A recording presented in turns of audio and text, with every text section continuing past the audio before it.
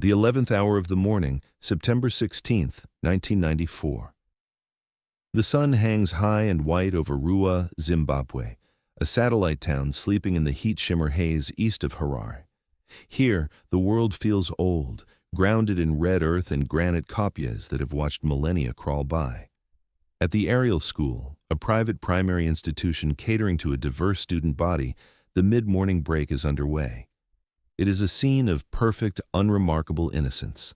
The air is filled with the sounds of childhood, shouts of a game of tag, the rhythmic thud of a football, the murmur of secrets shared under the shade of a mimsasa tree. These are the children of doctors, farmers, diplomats, and local workers. They are black, white, and of mixed heritage, a microcosm of a new Zimbabwe finding its footing. They know nothing of cosmic loneliness or the silent, watching void that stretches above their blue sky. They know only the dust of the playground, the scrape of a knee, and the promise of the bell that will call them back to the familiar comfort of the classroom. But the bell that is about to ring will not be made of brass and rope. It will be a silent peal, a fracture in the fabric of their reality. What is a memory? Is it a perfect recording of an event, or is it a story we tell ourselves, polished and reshaped with every telling? And what happens when a story is shared, in its most minute and terrifying detail, by 62 separate minds at the exact same moment? The first sign is a flicker in the sky, a glint of something that is not the sun, not a bird, not a conventional aircraft. It is a movement that defies the logic of the air. Some children, the ones lying on their backs watching the clouds, see it first. A point of light that resolves into a shape. Then another. Then 3, or perhaps 5, dancing in the sky in a formation that speaks of intelligent control. They move with a silent, impossible grace, executing maneuvers that would tear a man-made craft to pieces. They are silver, disc-shaped, and they seem to absorb the harsh African sunlight rather than reflect it. A strange hush begins to fall over the playground. The game of tag falters. The football rolls to a stop. One by one, heads turn upward, small faces frozen in a mixture of confusion and awe. The objects in the sky vanish as quickly as they appeared, winking out of existence. But one remains. It grows larger, descending with a controlled, deliberate slowness. It is not falling, it is arriving. The object, a burnished metallic craft, drifts over the power lines that border the school, its passage marked by a profound and unnerving silence. There is no roar of engines, no chop of rotor blades, no whine of turbines. There is only the whisper of displaced air and a low, humming vibration that seems to resonate not in the ears, but in the bones. It is a sound that feels ancient, alien. It settles in a patch of rough bush and scrubland, just beyond the boundary of the school playground, a place of tall grass and gnarled trees, a place the children are forbidden to go. It has landed. The school day, the town of Rua, the nation of Zimbabwe, the continent of Africa, the world itself, all have been irrevocably altered. 62 children, aged between 6 and 12, stand paralyzed on the edge of their known world, staring at the impossible thing that has just settled in their backyard. What did they see in those next few moments? What truth was seared into their young minds, a truth so profound and so terrifying that it would follow them for the rest of their lives? And more importantly, why were they chosen? Why this school, in this quiet corner of the world? The story of the Ariel School is not simply a UFO sighting. It is a case file on an encounter of the most intimate kind, a close encounter that challenges our understanding of reality, consciousness, and our place in the universe. To understand what happened in that field, we must first understand the witnesses. They were not a monolith. They were individuals, each with their own fears, their own curiosities, their own unique perspective on the world. There was Elsa, a young girl whose drawing of the event would later become iconic, capturing the wide, dark eyes of the being she saw. There was Guy, one of the older boys, who felt an instinctual need to protect the younger children. There was Isabel, who would remember the being's gaze as one of profound sadness. These were not fantasists or troubled children. They were, by all accounts, bright, well-adjusted, and grounded. Their parents and teachers described them as honest and imaginative, but not prone to collaborative, elaborate fictions. The school itself was a place of structure and discipline, an environment that discouraged fanciful tales. Yet, on that Friday morning, the structure of their world dissolved. The playground, a space of safety and rules, became a porous border between the known and the profoundly unknown. The children were left alone. The teachers were inside at a staff meeting, oblivious to the drama unfolding just 100 meters away. This detail is crucial. There were no adults present to prime them, to suggest what they were seeing, to plant the seeds of a shared delusion. The experience was theirs and theirs alone, raw and unfiltered. They stood on the precipice, a small tribe of children facing a mystery that humanity has pondered for centuries. The craft sat in the field, silent and waiting. It was smooth, seamless, with no visible rivets, no windows, no doors. It was a perfect manufactured object that seemed utterly alien to the wild, untamed African bush around it. And then, something happened that moved the event from a mere sighting to something far more personal. A figure appeared on top of the craft, then another beside it. They were small, slender beings, clad in tight-fitting black suits. Their limbs were long and thin, their necks frail, and their heads were disproportionately large, dominated by enormous, dark, almond-shaped eyes that seemed to hold the depth of space itself. The beings moved with a strange, fluid grace, a kind of slow-motion quickness that was both mesmerizing and deeply unsettling. They did not walk in a way that the children recognized. They seemed to float or glide over the rough terrain. One of the beings, the children would later consistently report, remained on the craft, a silent observer. Another began to move towards them, towards the boundary fence, towards the line of terrified, fascinated children. The barrier between worlds was about to be crossed. This was not a story of lights in the sky. This was not a blurry photograph or a grainy video. This was a shared, waking experience witnessed in broad daylight by dozens of credible individuals. An event so clear, so detailed, and so consistent across testimonies that it defies any simple explanation. We are forced to confront a disquieting question. What if they were telling the truth? What if, on a perfectly ordinary September morning, a craft from another world landed behind a classroom and its occupants came out to meet the children of Earth? The soil of Zimbabwe is ancient, layered with histories both human and geological that stretch back into the deep past. It is a land of profound spirituality, where the veil between the seen and the unseen has always been considered thin.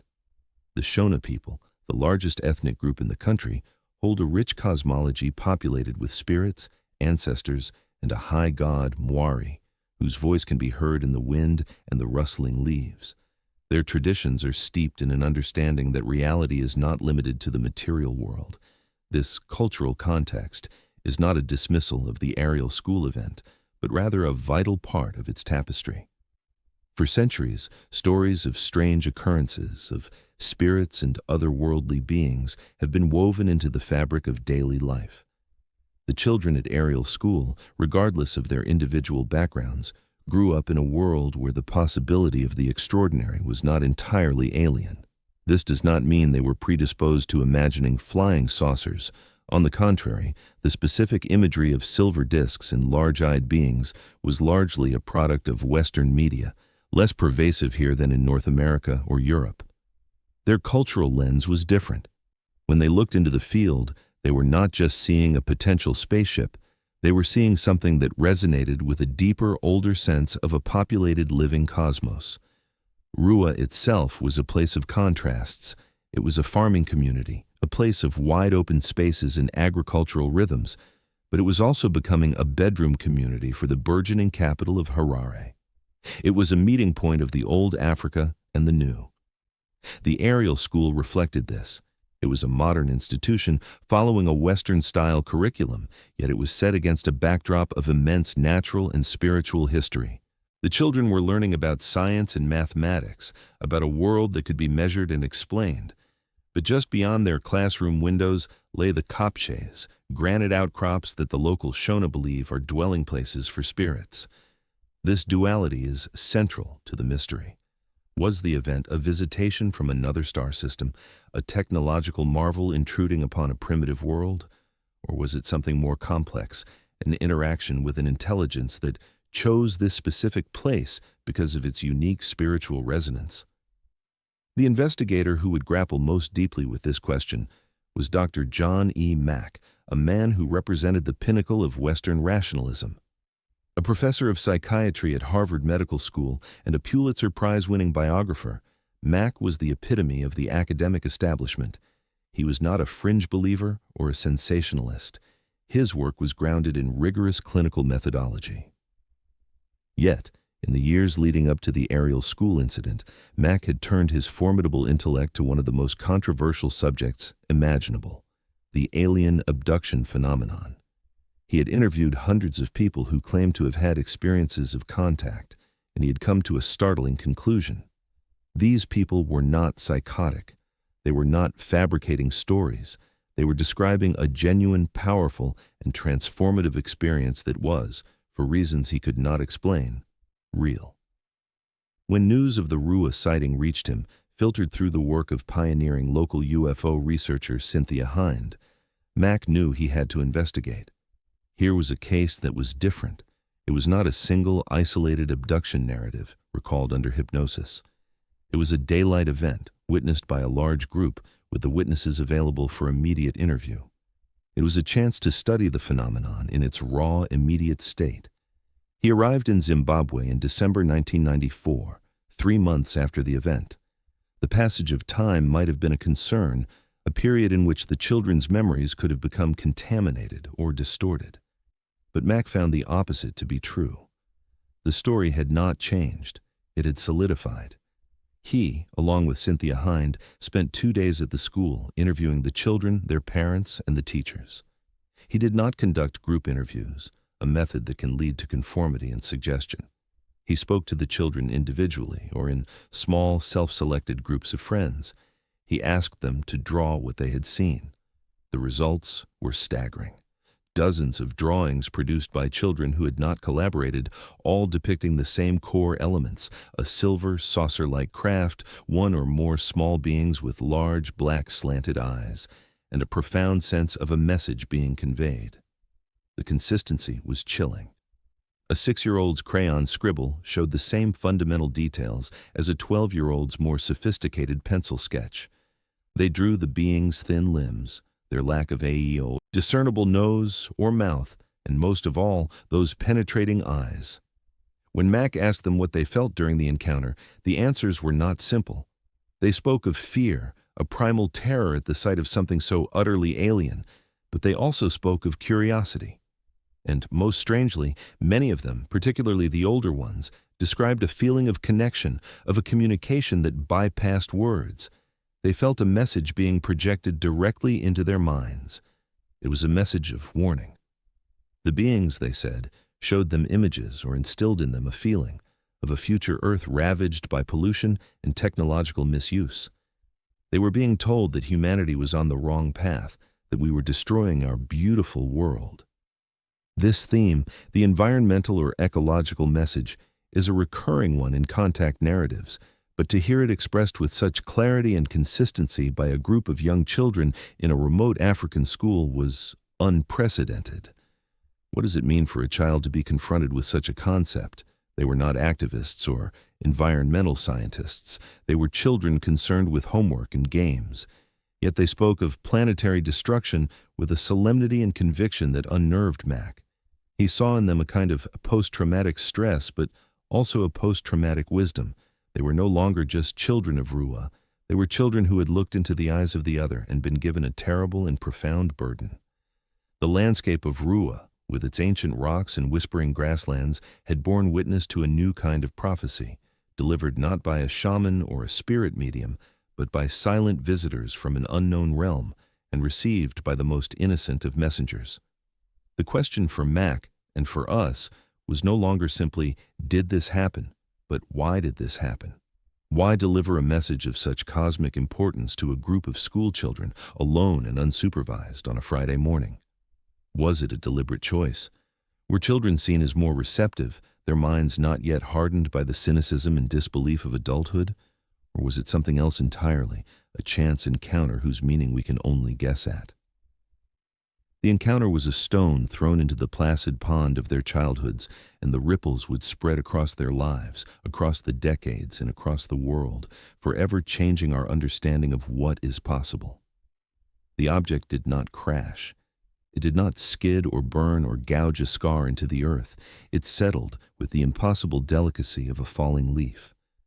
The children described its surface as a fluid, seamless metal, somewhere between silver and pewter, that seemed to shimmer and change with the angle of the light. It was not a machine in the way they understood machines. It had no visible propulsion system, no exhaust, no landing gear in the conventional sense.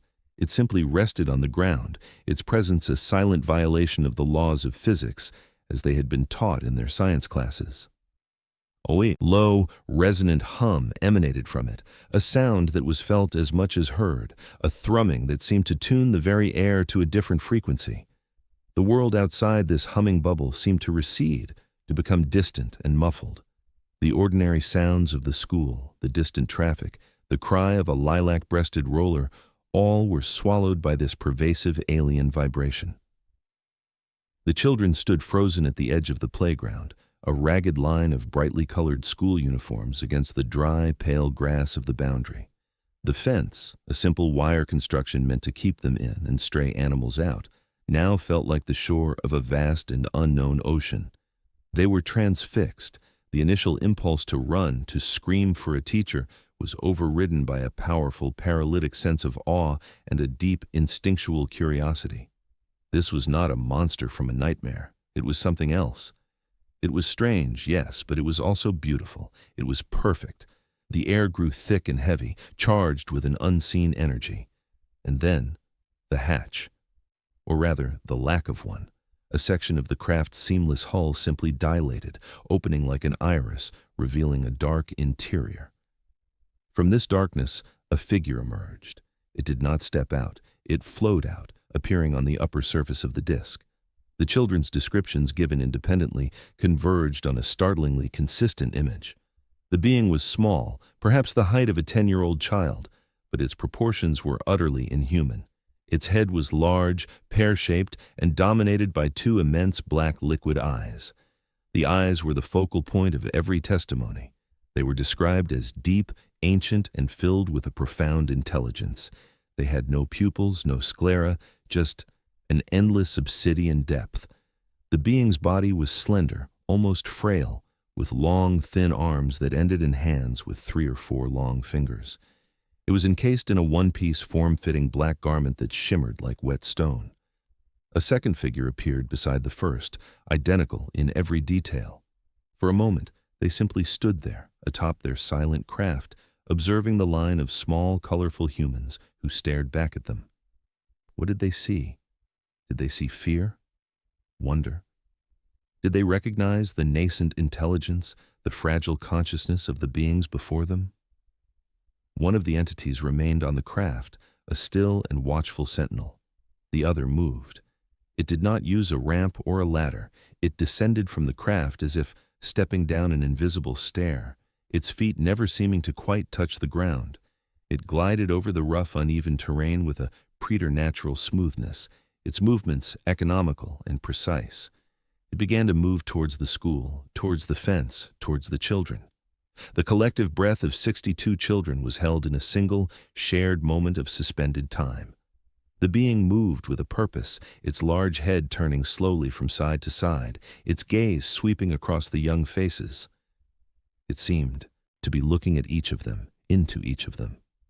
As it drew closer, the fear in the children began to mingle with something else.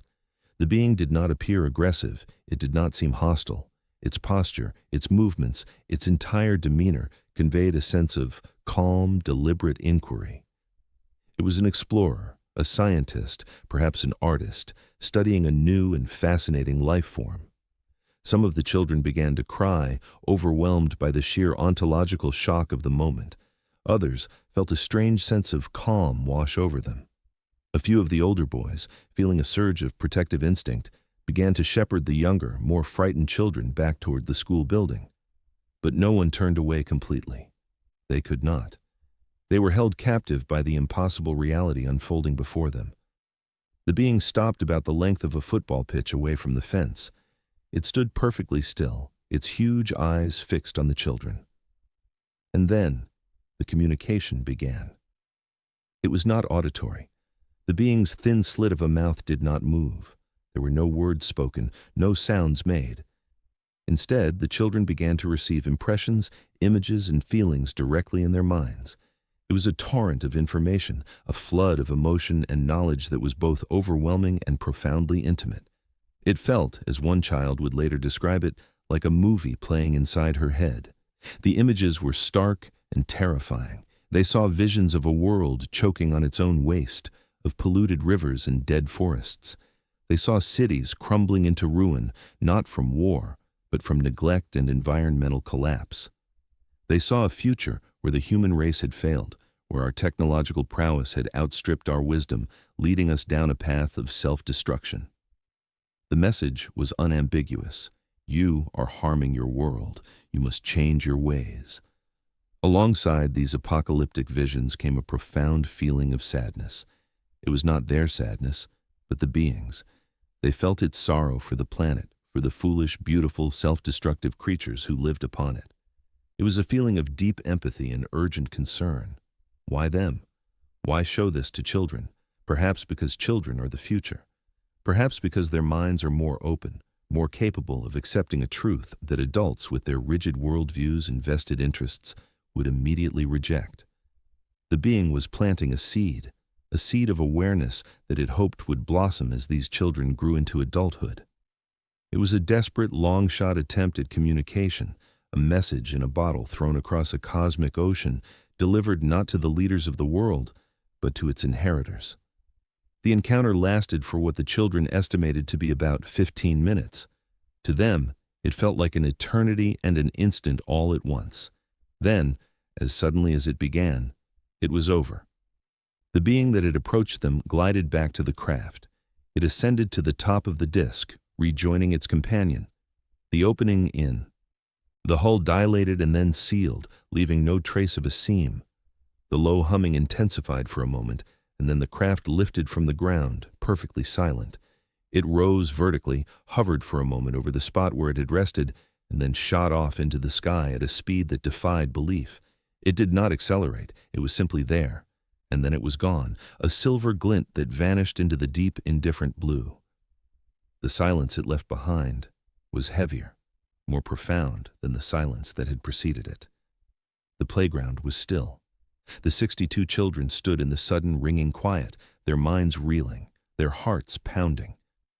The spell was broken. Pandemonium erupted. They ran, screaming, crying, shouting, for the safety of the school building, for the comfort of the adult world they had momentarily left behind. They burst into the staff meeting, a hysterical, babbling torrent of fear and wonder, trying to explain the unexplainable to their bewildered teachers. The ordinary world had returned, but it would never be the same again. They had seen too much. They knew too much. They were keepers of a silent cosmic secret. The landing was the fulcrum of the event, the moment the phenomenon transitioned from a distant anomaly in the sky to a direct, physical, and psychological interaction. The choice of location just beyond the school's boundary was precise, almost surgical. It was close enough to be undeniably real and terrifyingly intimate, yet it maintained a certain distance, respecting a boundary. The craft did not land in the middle of the playground. It landed in the liminal space between the curated safety of the school and the untamed wilderness of the African bush. This placement suggests a deliberate intelligence at work, an understanding of psychological impact. It was an invitation, not an invasion. The ground where the craft had rested bore the only physical evidence of the encounter. Later, investigators, including Cynthia Hind, would find a flattened, swirled pattern in the tall grass and scrub. The vegetation was depressed in a circular shape, but it was not burned or scorched. It was as if a great smooth weight had simply pressed it down. Soil samples were taken, but the results were inconclusive, showing no anomalous radiation or chemical traces. The physical evidence was tantalizingly slight, a mere whisper of the craft's presence. It was the testimony of the children, the evidence etched into their minds, that formed the unshakable core of the case. The beings themselves represent the central mystery. The children's drawings and descriptions are remarkably consistent with a specific archetype of alien being that has been reported in close encounters around the world for decades, the so-called gray. The small stature, the large head, the wraparound black eyes, the frail body, the telepathic communication, all these details match countless other accounts. Is this evidence of a genuine, recurring phenomenon, a species that is visiting our planet? Or is it a sign of cultural contamination that the children were subconsciously drawing upon images they had seen in movies or on television? This is where the investigation by John Mack becomes so crucial. Mack was acutely aware of the possibility of cultural contamination. He pressed the children on this point. Had they seen these creatures before in books or films? The children, for the most part, said no. The popular image of the gray alien was not as ubiquitous in 1994 Zimbabwe as it was in America. Furthermore, the emotional weight of their testimony, the raw trauma and awe that Mack, a seasoned psychiatrist, observed in them, was not consistent with the retelling of a fictional story. These children were not recounting a movie plot. They were reliving a deeply personal and transformative experience. Their fear was real. Their confusion was real. And the profound sense of a message received was startlingly, authentically real. The nature of that message is perhaps the most compelling and perplexing aspect of the entire encounter. The environmental warning, the visions of a polluted future, elevate the event from a simple, nuts and bolts UFO sighting to something with the weight of a myth or a prophecy. It introduces the element of why. Why would an advanced intelligence travel across unimaginable distances simply to warn a group of primary school children about pollution? The skeptics would argue that this is the most unbelievable part of the story, a clear sign of childhood fantasy, perhaps influenced by environmental lessons at school. But the children themselves did not describe it as a lesson. They described it as a direct, emotional, and terrifying experience. They felt the planet's pain. They saw the consequences of humanity's actions. It was not an abstract concept. It was a visceral reality beamed directly into their consciousness. This telepathic communication is a cornerstone of the phenomenon. How is such a thing possible? Is it a form of advanced technology, a device that can translate thoughts into a universal language of image and emotion?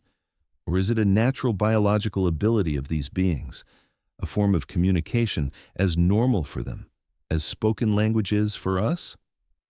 The children described the experience as overwhelming, a flood of data that their young minds struggled to process. Yet, the core message was received with perfect clarity. This suggests a communication of immense precision and power. The being did not just show them images, it made them feel. It imparted a sense of shared responsibility and profound sadness. One of the most poignant details to emerge from the interviews was how the children interpreted the being's eyes. They were not just black lenses, they were windows. Several children reported that when they looked into the eyes, they felt a sense of being understood, of their own thoughts and feelings being read. But more than that, they saw the being's own emotions reflected back. They saw concern, they saw sorrow, they saw a plea for help. Isabel, one of the older students, would later state that the primary feeling she got from the being was one of intense sadness for humanity. It was like they were sad for us because we were ruining our own planet, she would recall.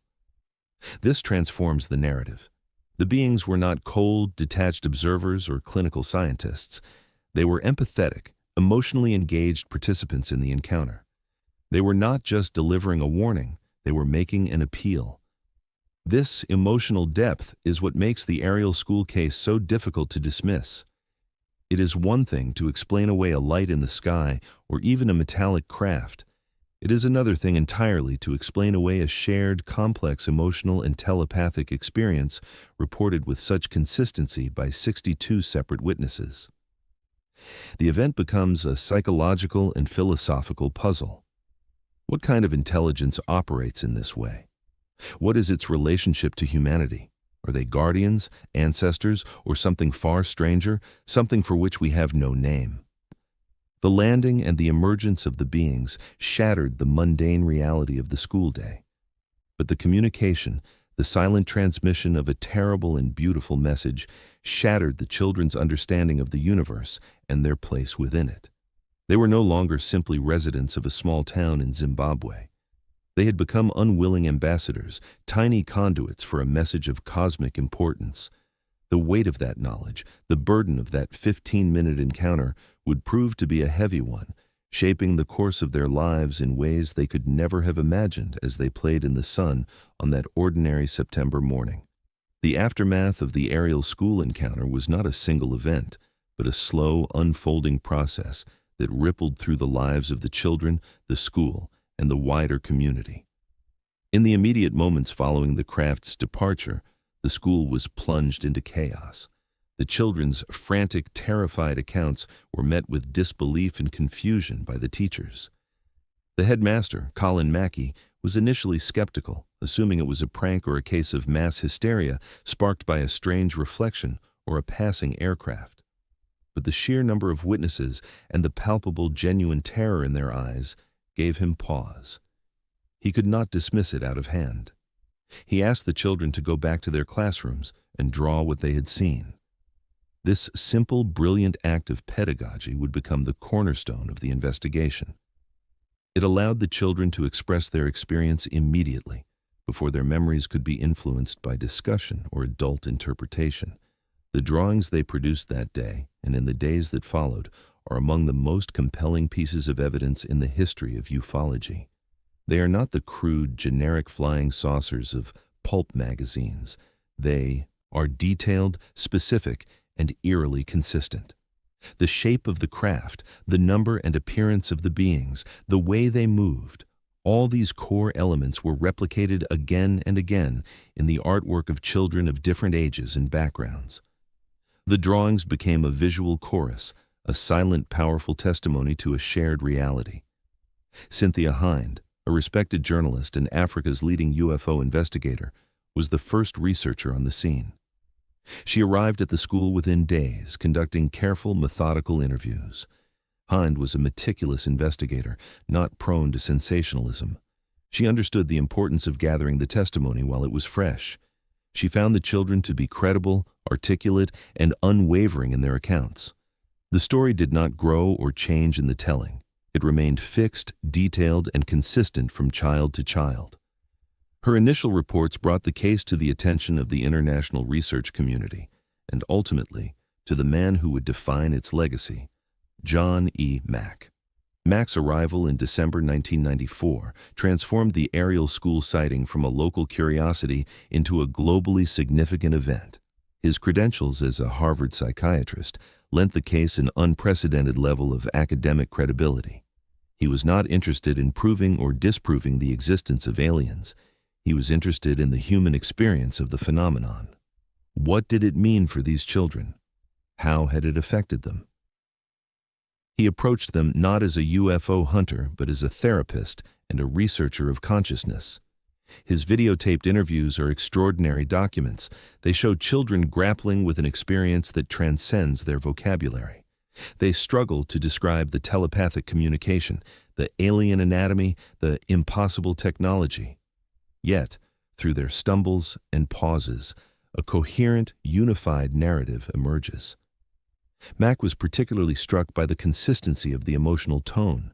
The children spoke not just of what they saw, but of what they felt. The fear was a given, but it was the other emotions, the curiosity, the sense of connection, the profound sadness imparted by the beings, that convinced Mack he was dealing with a genuine, anomalous experience.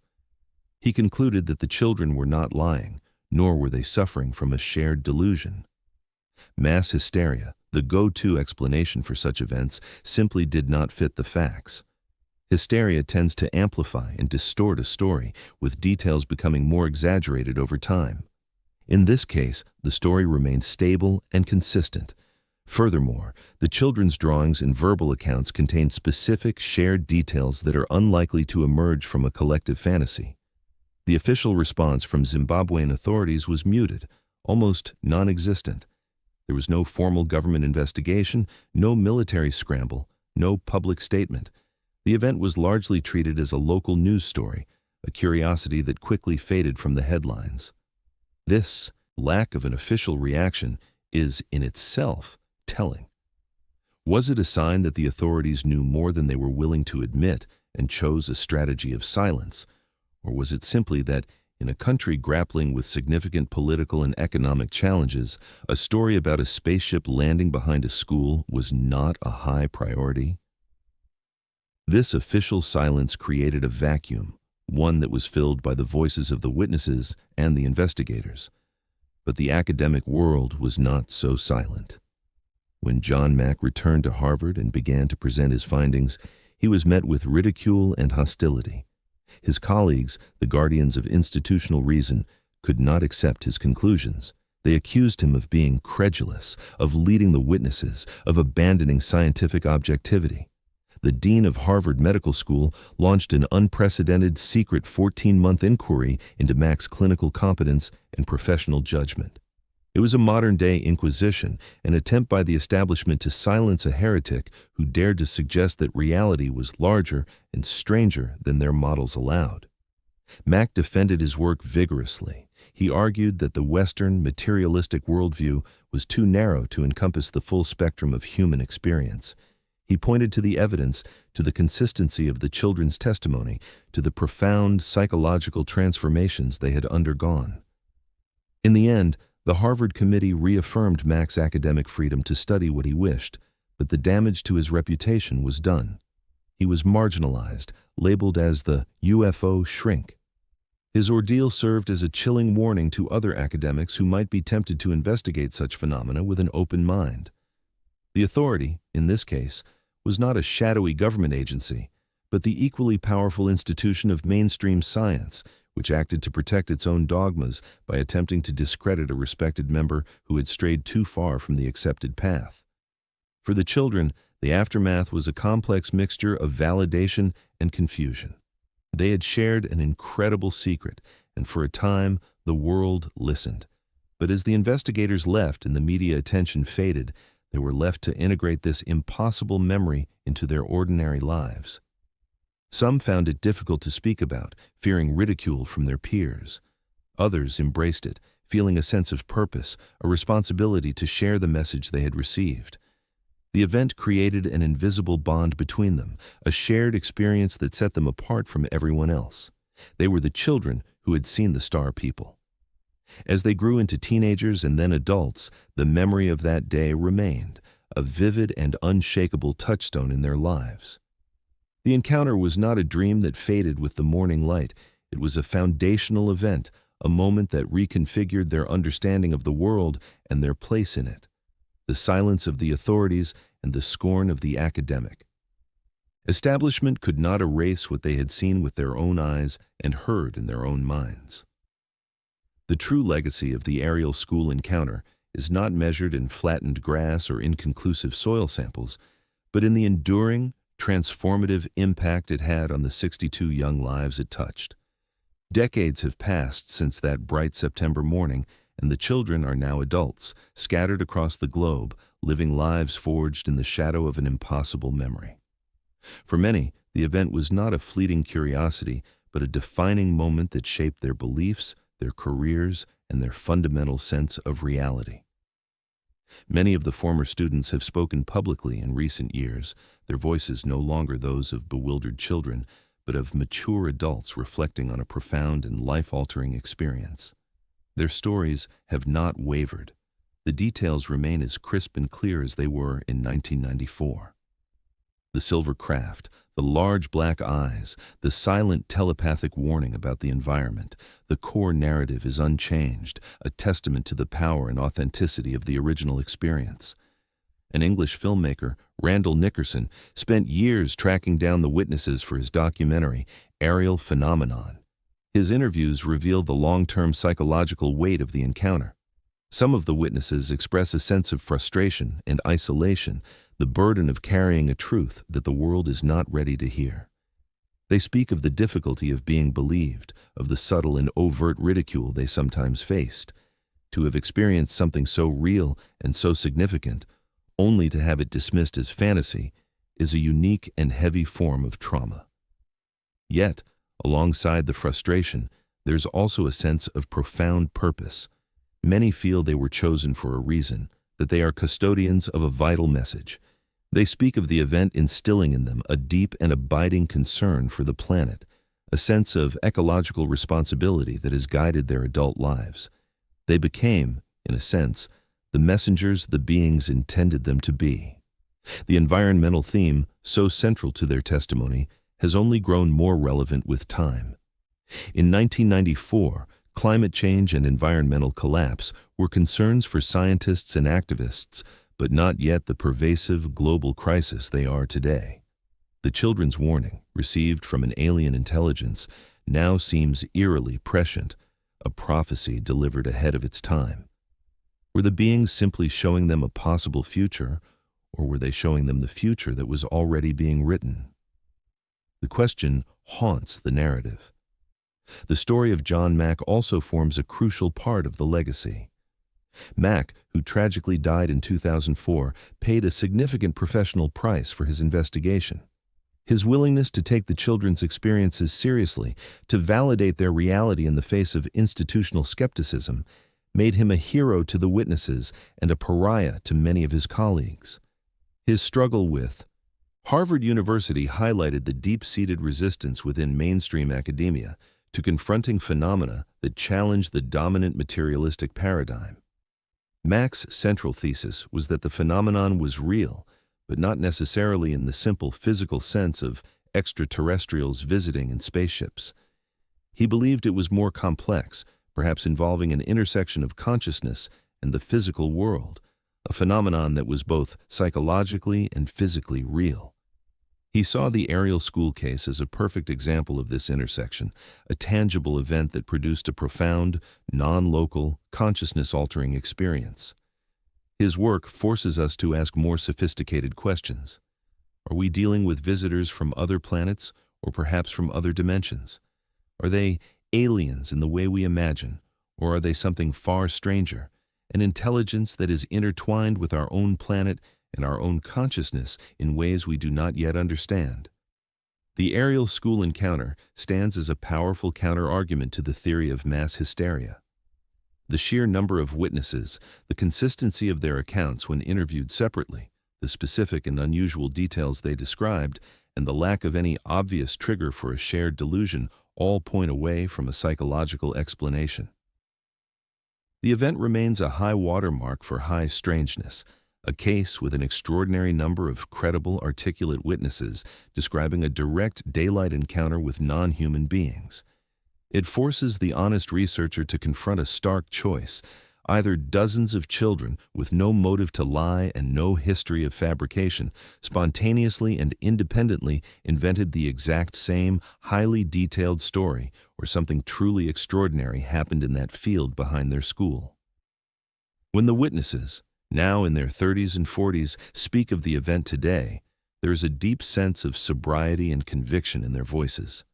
The childish wonder is gone, replaced by the quiet certainty of an adult who has had a lifetime to reflect on a core, unshakable truth.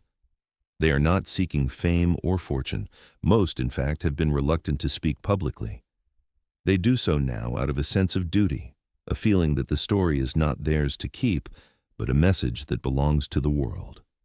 Their testimony is a living legacy, a human archive of an event that defies easy explanation. They are the evidence. The landscape of Rua has changed since 1994.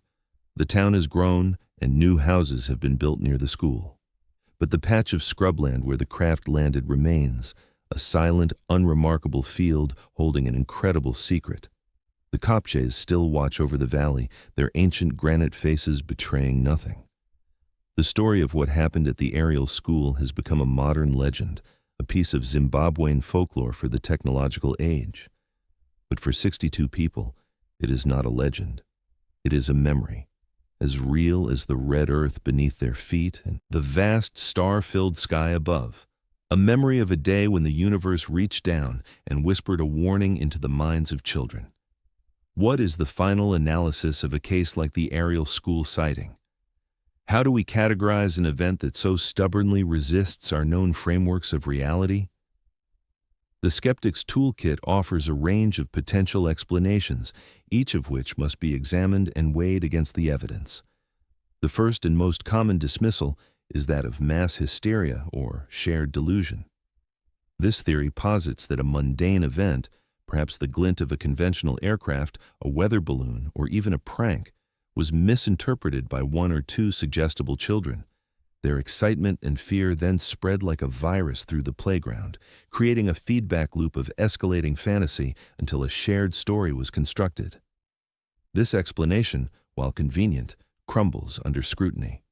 The testimonies of the Ariel children were not wild, chaotic, or contradictory, as one would expect from a hysterical mob.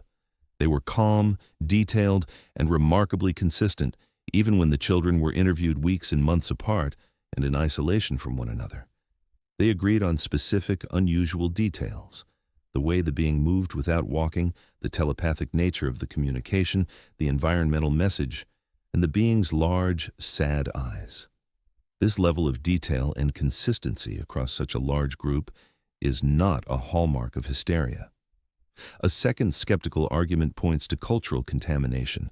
The theory suggests the children were simply acting out a script they had absorbed from Western science fiction movies and television shows. They saw something they couldn't explain, and their brains filled in the blanks with familiar UFO tropes. However, as established, access to such media was far from universal among the diverse student body in 1994 Zimbabwe. More importantly, the emotional tenor of their experience does not align with a sci-fi fantasy. They were not describing an exciting adventure with laser guns and heroic aliens. They were describing a deeply unsettling, emotionally complex, and psychologically profound event that left many of them traumatized and burdened with a heavy message. The experience had the texture of reality, not fiction. A third possibility is that of a deliberate hoax, either by the children themselves or orchestrated by an adult. The idea that 62 children, aged 6 to 12, could conspire to create such a complex and consistent lie, and then maintain that lie for over 25 years without a single one breaking ranks, strains credulity to its absolute limit. There was no discernible motive for such a hoax. They gained no fame or fortune from it, only a strange and often unwelcome notoriety. The possibility of an adult-led hoax is even more remote, with no evidence whatsoever to support it. So, if these conventional explanations fail, what are we left with? We are left with the unsettling possibility that the children were telling the truth, that a non-human intelligence in a technologically advanced craft landed in Rua and interacted with them. This conclusion opens a Pandora's box of profound and difficult questions. Who were these beings? Where did they come from? What is the nature of their technology, which seems to operate outside our known laws of physics? And what is the purpose of their apparent interest in our planet and our species? The environmental message provides a potential answer to that last question. Perhaps they are observers, cosmic biologists, or anthropologists who see a promising but self-destructive species on a path to planetary suicide. The encounter, then, could be seen as an intervention, a desperate attempt to communicate a warning in the hope of altering our course. The choice of children as recipients could be strategic. They are the future generation, the ones who will inherit the world we are creating, and their minds are potentially more open to radical new ideas and realities. This interpretation casts the beings in a benevolent, or at least concerned, light. They are not invaders, but perhaps guardians, or simply worried neighbors in the cosmic community. But other interpretations are possible. The extraterrestrial hypothesis, ETH, which posits that UFOs are spacecraft from other planets, is not the only explanation for such phenomena. John Mack himself was more inclined towards what could be called an interdimensional hypothesis, IDH. This theory suggests that these beings are not from other star systems, but from a parallel reality, another dimension that coexists with our own.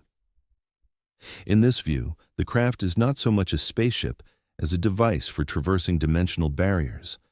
This could explain the high strangeness of such encounters, the silence of the craft, its impossible maneuvers, the telepathic communication, and its ability to appear and disappear in an instant. It would mean that reality is far more complex and layered than our senses perceive. Another possibility, more esoteric, is the psychosocial hypothesis, which suggests that the UFO phenomenon is a modern manifestation of an ancient archetypal pattern. In previous eras, people saw fairies, elves, jinn, or angels. Today, in our technological age, we see aliens in spaceships. The phenomenon, in this view, is a kind of projection from the collective human unconscious, a modern myth being born. The problem with this theory, when applied to aerial school, is the sheer physical and tangible nature of the event. It was not a dream or a vision, it was a daylight sighting by dozens of people, which left physical traces on the ground. The final analysis is that there is no easy analysis. The aerial school case is a perfect enigma. It is a data point that does not fit on our map of reality. It challenges the foundations of science, philosophy, and religion. It presents us with credible, compelling evidence that we are not alone. But it offers no simple answers about the nature of our cosmic companions. It is a story that ends not with a period, but with a question mark. Perhaps the most important takeaway from the encounter is the one the children themselves emphasize: the message. Regardless of the origin of the beings or the nature of their technology, the warning they delivered is real and urgent. Our planet is in peril. Our technology is a double-edged sword. We are at a critical juncture in our history. The ultimate mystery of the aerial school encounter may not be where the beings came from, but whether we will heed their warning. The 62 children who stood on the edge of that playground in 1994 were given a glimpse behind the curtain of reality. They were shown a terrible possible future, and they were imbued with a profound sense of responsibility. Their story is not just a UFO case file, it is a parable for our time. A story of a moment when the cosmos looked down upon a small school in Africa and asked a simple, terrifying question: what will you do next? The silence that followed the departure of the craft was a vacuum, soon filled by the cacophony of human interpretation. For the children, it was a silence of shock and awe. For the teachers, a silence of disbelief. For the authorities, a silence of dismissal. And for the world, it has been a long, lingering silence of incomprehension. The aerial school encounter did not happen in a vacuum. It occurred during a well-documented wave of UFO sightings across southern Africa in the mid-1990s. For several nights leading up to the Schoolyard landing, strange lights and objects were reported by thousands of people across Zimbabwe and neighboring countries. Police officers, pilots, and even a meteorologist from the National Weather Service went on record describing unusual aerial phenomena. On the night of September 14th, just 2 days before the aerial event, a spectacular fireball-like object was seen streaking across the sky, reportedly dropping flaming debris. This regional flap provides a crucial context. The aerial landing was not an isolated bolt from the blue.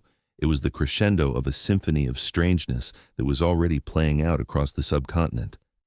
This wider context makes the skeptical argument of a localized, isolated mass hysteria even less plausible. Something was happening in the skies of southern Africa in September 1994, and the event at the aerial school was its most direct and intimate manifestation. The investigation conducted by Cynthia Hind and John Mack stands as a model of its kind. It prioritized the psychological and emotional well-being of the witnesses while rigorously documenting their testimony. Mack, in particular, was careful not to lead the children. He used open-ended questions. What happened next? How did that make you feel? What did you see? He allowed their stories to emerge organically. His conclusion that he was dealing with a reality that is not of our everyday consensus reality was not arrived at lightly.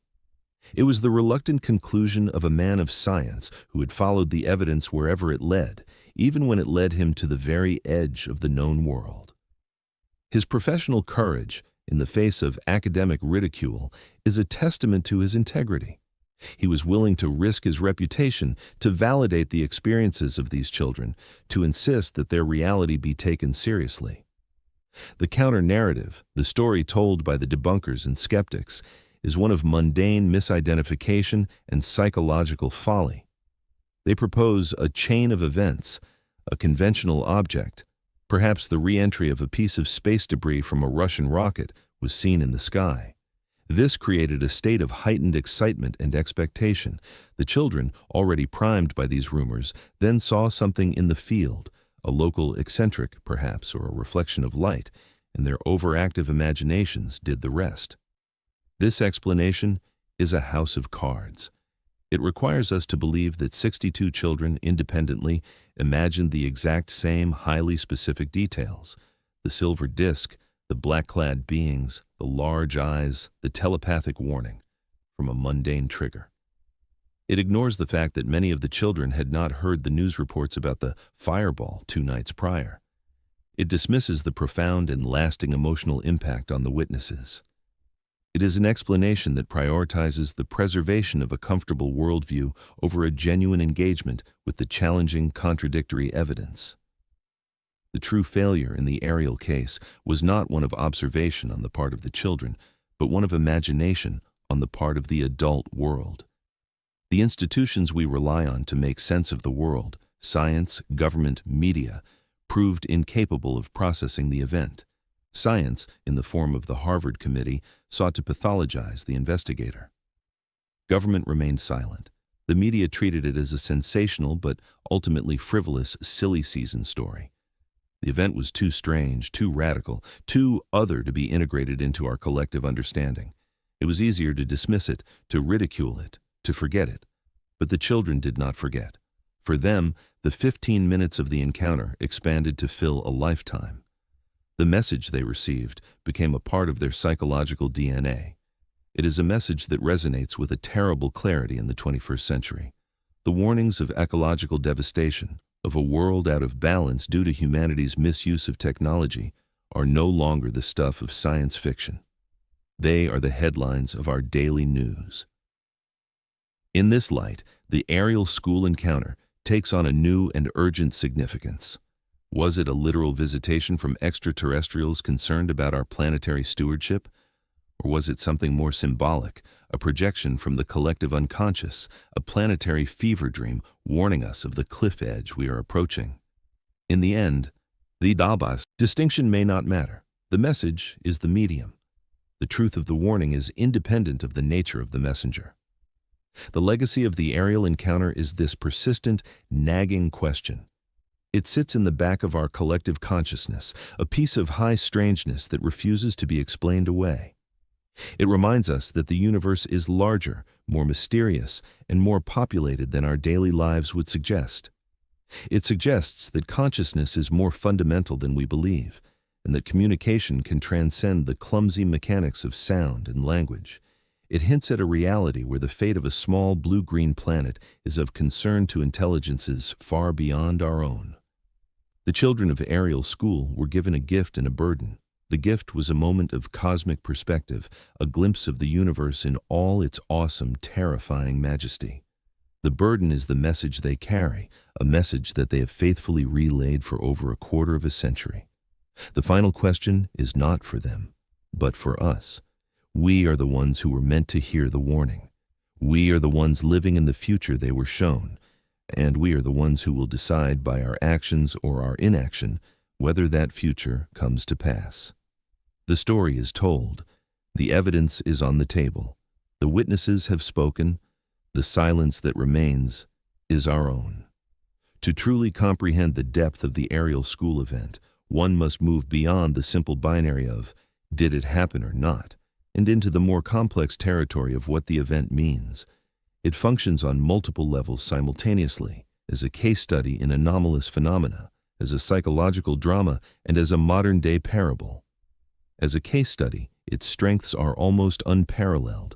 The high number of witnesses, their age range, the daylight conditions, the close proximity of the encounter, the consistency of the testimony, and the credentials of the lead investigator all combine to make it one of the most compelling and well-documented cases on record.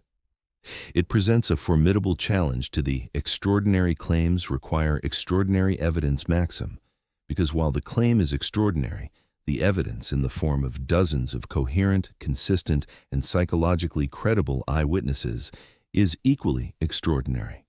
If we are to dismiss the testimony of 62 people describing a shared event in lucid detail, where do we draw the line? At what point does the sheer weight of testimony demand to be taken seriously, regardless of how much it offends our sense of the possible? The psychological drama of the event is equally profound. Consider the minds of the children. They were confronted with what philosopher Paul Tillich called an ultimate concern. They came face to face with the other, an intelligence so radically different from their own that it forced a complete reevaluation of their place in the universe. This is not an experience that can be easily processed or forgotten. It is a form of trauma, but also a form of initiation. They were initiated into a larger reality. The content of the communication, the environmental warning, added a layer of immense psychological weight. They were not just shown a spaceship, they were shown the potential death of their world. This is a heavy burden for an adult mind to bear, let alone a child's. The fact that they carried this burden with such solemnity and consistency for years is a testament to the power of the original experience. John Mack's own journey is a key part of this psychological drama. He began as an impartial psychiatrist, a student of human experience, and was transformed into a reluctant participant in the mystery. The event challenged not just his subjects, but him. It forced him to question the very foundations of his own discipline, to recognize the limitations of a psychiatry that has no room for the genuinely anomalous.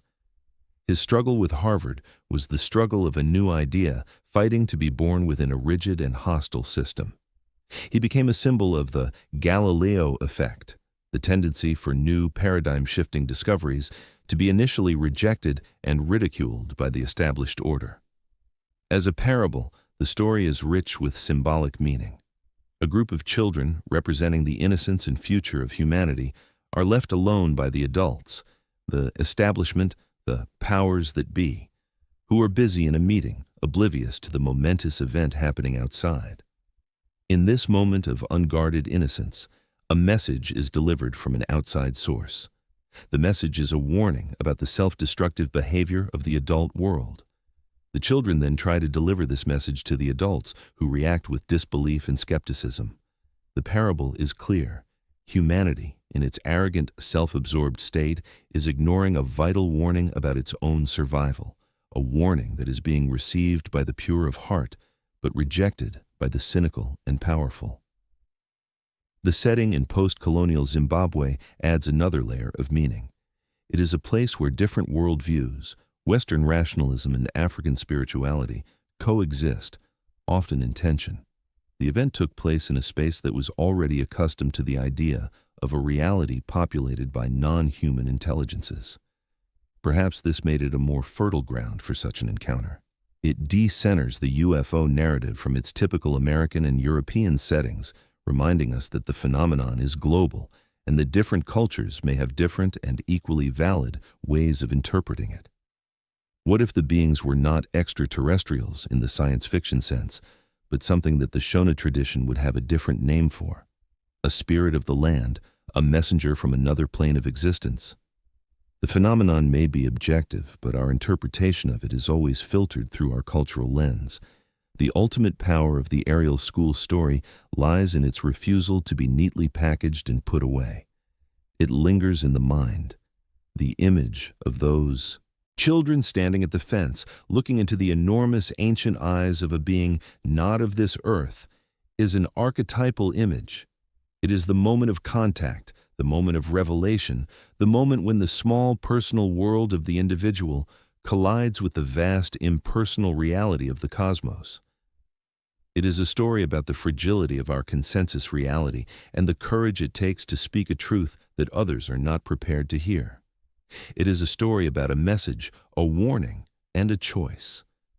The children of Ariel School have done their part. They have delivered the message. The rest of the story is up to us. We are now the witnesses, not to the event itself, but to their testimony. And we are faced with the same choice they were, to turn away in disbelief or to listen, to wonder, and to consider the profound implications of their story for the future of our world. The silence from the field in Rua has long since faded, but the echo of the message it delivered continues to resonate, waiting for us to finally, truly hear it. The passage of time has a curious effect on events of high strangeness. It can erode the details, blurring the edges of memory and allowing doubt to creep in. Or it can do the opposite. It can act as a crucible, burning away the trivial and leaving behind the solid, unyielding core of the experience. For the witnesses of the Ariel School encounter, time has been a crucible. Decades later, as adults with careers, families, and the full weight of life experience upon them, their memory of that September morning has not faded. It has crystallized. It has become the bedrock of their personal histories, a moment that separated their lives into a before and an after. This enduring conviction is perhaps the most powerful and difficult piece of evidence for a skeptic to overcome. People can misremember. People can be mistaken.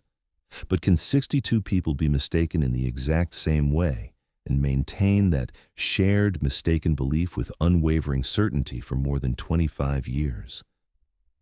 The consistency over time is staggering. In recent interviews, witnesses who have not spoken to each other in years will independently recount the same details with the same emotional weight. They will describe the wrongness of the silence, the fluid-like quality of the craft's metal, the way the being seemed to flit across the ground without taking steps, and the overwhelming, non-verbal communication of a dying planet. These are not the generic details of a half-remembered dream. They are the specific, sensory markers of a deeply encoded, real-life event. This long-term consistency serves as a powerful rebuttal to the theory of memory conformity, where witnesses in a group subconsciously alter their memories to align with a dominant narrative. In this case, the narrative was established in the very first hours after the event in the children's individual drawings and interviews, and has remained remarkably stable ever since. There has been no significant story drift. The event's impact extends beyond memory. It has had a tangible effect on their lives. Many have pursued careers or interests related to environmentalism, spirituality, or psychology, driven by a need to understand the experience and integrate its message. They carry a sense of responsibility, a feeling that they were shown something important for a reason. This is not the behavior of people recounting a childhood fantasy. It is the behavior of people grappling with a genuine, life-altering revelation. The narrative also forces us to confront the limitations of our scientific and journalistic methods. Science, with its focus on repeatable, measurable physical data, is ill-equipped to study a transient, unpredictable, and primarily consciousness-based phenomenon. The tools of psychiatry can be used to determine if a witness is sane, but they cannot determine if their incredible story is true. Journalism, which relies on official sources and verifiable facts, is often left with nothing but he said, she said accounts when official sources remain silent. The Ariel School case falls into this epistemological gap. It is a profoundly real event for those who experienced it, but it produces a kind of evidence, eyewitness testimony, that our official systems of knowledge are culturally programmed to devalue. John Mack's great contribution was his willingness to bridge this gap, to use the tools of clinical psychiatry to listen to and validate the subjective reality of the witnesses, and to argue that this subjective reality was pointing towards an objective, albeit strange, phenomenon. He proposed that the very definition of evidence needed to be expanded to include the transformative impact of an experience on a person's life. By this measure, the evidence from the Ariel School is overwhelming. The story also serves as a powerful reflection on the nature of childhood. We often dismiss children as unreliable witnesses, prone to fantasy and suggestion. But the Ariel case suggests the opposite may be true. Perhaps children, with their minds not yet fully conditioned by cultural norms and scientific dogmas, are actually better witnesses of the extraordinary. They see what they see without the intellectual filters that cause adults to immediately rationalize or dismiss the unfamiliar. The beings, if they were indeed acting with strategic intent, may have chosen children for this very reason. They were a clean slate, a direct channel for a message that the adult world would have been too cynical to receive. The final lingering power of the aerial school encounter lies in its profound ambiguity. It gives us no easy answers. It does not tell us whether the beings are from Zeta Reticuli or from a parallel dimension. It does not explain the mechanics of their craft or the biology of their telepathy. It simply presents us with a fact. 62 children saw something incredible, and it changed their lives forever. It leaves us in a state of wonder and uncertainty, which is perhaps the most honest and appropriate response to a genuine mystery. The case is a mirror. What we see in it reflects our own beliefs about the universe. The skeptic sees childhood fantasy. The believer sees proof of alien visitation. The mystic sees a spiritual encounter. But the story itself is bigger than any of these interpretations. It is a raw, undigested piece of reality that our world has not yet figured out how to swallow. And so it remains, a silent, silver craft hovering in the memory of 62 souls, a silent, urgent message vibrating just at the edge of our hearing. What if we are not the sole inheritors of this world?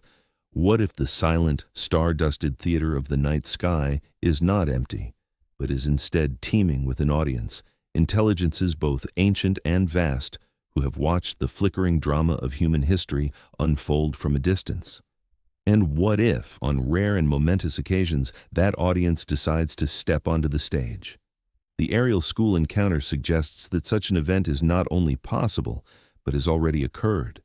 It presents us with a scenario that, for centuries, has been the exclusive domain of mythology and fiction, a direct, unambiguous, and meaningful contact between the human and the non-human. The implications of this, if taken seriously, are nothing less than revolutionary. They would force a complete and total reevaluation of every aspect of human knowledge, from science and history to philosophy and religion. Our entire understanding of our own species, our origins, and our destiny would be irrevocably altered. We would no longer be the measure of all things, but a single, young, and perhaps troubled voice in a much larger cosmic conversation. The specifics of the aerial encounter offer clues, however enigmatic, about the nature of this larger reality. The technology on display suggests a mastery of physics far beyond our own. A craft that can travel silently, defy gravity with ease, and traverse vast distances in an instant points to a science that understands the fundamental nature of space, time, and energy in a way we can only dream of. The beings themselves, with their frail bodies and enormous brains, suggest a species that has long since moved past the need for physical strength, evolving instead towards a state of pure consciousness and intellect. Their primary mode of interaction, telepathy, hints at a universe where communication is not limited by the clumsy mechanics of language, but is a direct, unfiltered exchange of thought and emotion. This vision of a technologically and perhaps spiritually advanced intelligence is both awe-inspiring and deeply humbling. But it is the content of their communication that is most significant. They did not come to share the secrets of their technology or to offer a cure for our diseases. They did not come as conquerors or as gods. They came, it seems, as custodians. They delivered a message of warning, a plea for ecological responsibility. This act reframes the entire phenomenon. It suggests that the intelligence behind UFOs is not just a passive observer, but an engaged and concerned party with a stake in the future of our planet. Why would they care? Perhaps for purely pragmatic reasons. A destabilized planet Earth could be a threat to a wider cosmic neighborhood.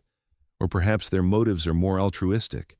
Perhaps they see in humanity a young species with immense potential for creativity and love, but also for self-destruction, and they are attempting to gently nudge us away from the abyss. This interpretation casts the encounter in an almost spiritual light. The beings become a form of higher consciousness, delivering a prophetic warning, much like the angels and messengers of ancient religious traditions. The aerial school becomes a modern-day sacred site, a place where the veil between worlds was briefly lifted. The final, and perhaps most unsettling question, is why the contact was so brief and so limited. Why deliver a message of such importance to a small group of children and then vanish, leaving no undeniable proof of their existence? Why not land on the lawn of the White House or address the United Nations? This is the central paradox of the UFO phenomenon, its simultaneous presence and absence. It shows itself just enough to be undeniable to the witnesses, but never enough to be undeniable to the world. This behavior has been called the control system by investigator Jacques Vallée. He suggests that the phenomenon is not a series of random visitations, but a carefully managed long-term program designed to slowly alter human consciousness over generations. It is not trying to prove its existence in a way that would satisfy our science, because that would be too disruptive, too shocking to our cultural and social systems. Instead, it operates at the edges of our reality, planting seeds of wonder and doubt, forcing us to question our assumptions and expand our worldview at our own pace. The aerial school encounter, in this view, was not a failed attempt at open contact. It was a perfectly executed maneuver in this long-term strategy. It created a powerful, undeniable experience for a specific group, and then allowed the story to ripple out into the world, to be debated, disbelieved, and cherished. It became not a fact to be cataloged, but a story to be told, a modern myth that carries within it a vital, transformative message. The legacy of the aerial school is a challenge. It challenges us to listen to the testimony of children. It challenges us to question the limits of our own scientific paradigms. It challenges us to consider the profound possibility that we are part of a larger, living, and intelligent universe. And most importantly, it challenges us to look at our own world, at our own actions, and to ask ourselves if we are worthy of the beautiful, fragile planet we call home. The children of Rua have kept their promise. They have shared their story. The question that remains is whether we, the adults of this world, will finally have the wisdom and the courage to listen.